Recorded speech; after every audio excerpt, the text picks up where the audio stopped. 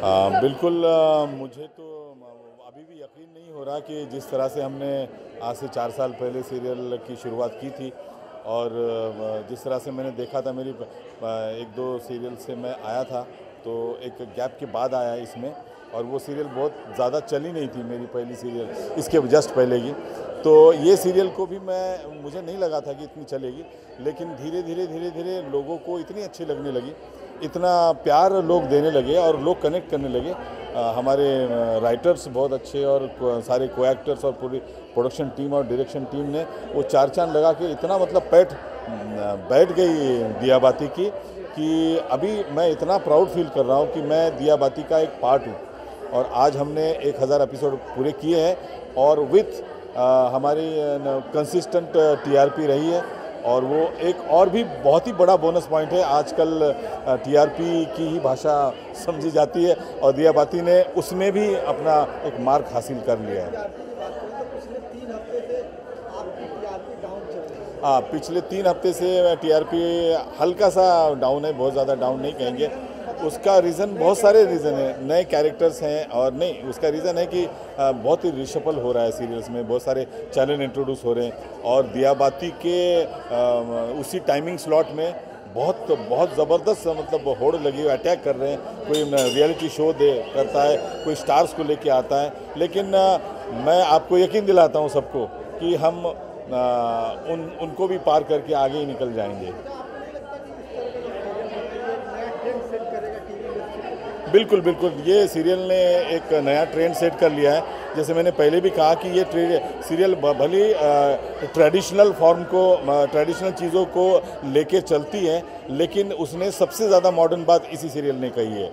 जबकि आजकल हर घर में बच्ची जो लड़की है वो पढ़ लिख कर कुछ बनना चाहती है, और उसके सपने कहाँ पर डिज़ोल्व हो जाते पता नहीं चलता, लेकिन इस सीरियल में वो सपने डिज़ोल्व नहीं हुए, ये सपने मतलब ख़त्म नहीं हुए, वो सपनों को लेकर अभी भी आगे चल रही है और आगे भी बढ़ती रहेगी। और उसके लाइफ में क्या क्या चीज़ें आती है, और बहुत ही रियलिस्टिक ढंग से, बहुत ही क्या बोलते प्यारे ढंग से इस चीज़ को नरेट किया है। आपके किरदार के लिए आपको क्या कॉम्प्लीमेंट्स मिले? मेरा किरदार, अगर आपने फॉलो किया होगा सीरियल को, तो इनिशियली मैं बहुत ही ना के बराबर बोलता था। मेरे दोस्त मुझे चिढ़ाते थे कि क्या ये मैं चुप रहूँगी कैरेक्टर है, लेकिन मैं चुप रहा, लेकिन धीरे धीरे, हाँ एकदम बिल्कुल ऐसा ही कह सकते हैं, मनमोहन सिंह जैसा। तो लेकिन धीरे धीरे वो कैरेक्टर ने अपनी पकड़ चुप में भी बिठा दी, क्योंकि उनको वो प्यारा लगने लगा। अभी धीरे धीरे राइटर्स ने उस पर काम किया और वो उस कैरेक्टर का डिज़ाइन ही कम्प्लीटली बहुत ही अलग हुआ, जो कि मैं नहीं सोच रहा था। शो में से आपका पसंदीदा किरदार कौन सा है? मेरा पसंदीदा किरदार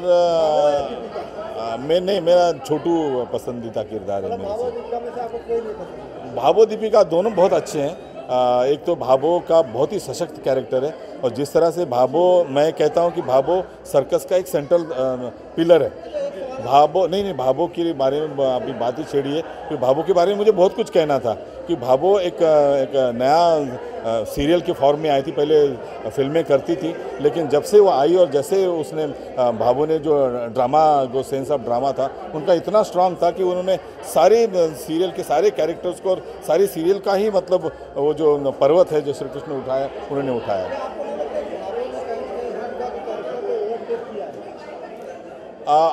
सबका अलग अलग इंटरप्रिटेशन हो सकता है। इस सीरियल में अमूमन ये एक लव स्टोरी तरह की बाकी सीरियल्स होती है, लेकिन इस सीरियल में पहली बार सारे कैरेक्टर्स उतने ही सशक्त और इम्पोर्टेंट है, और मैं उसका पार्ट हूँ, इसलिए मुझे बहुत अच्छा लगता है। आखिर में ऑडियंस से क्या कहना चाहिए इतना प्यार देने के लिए?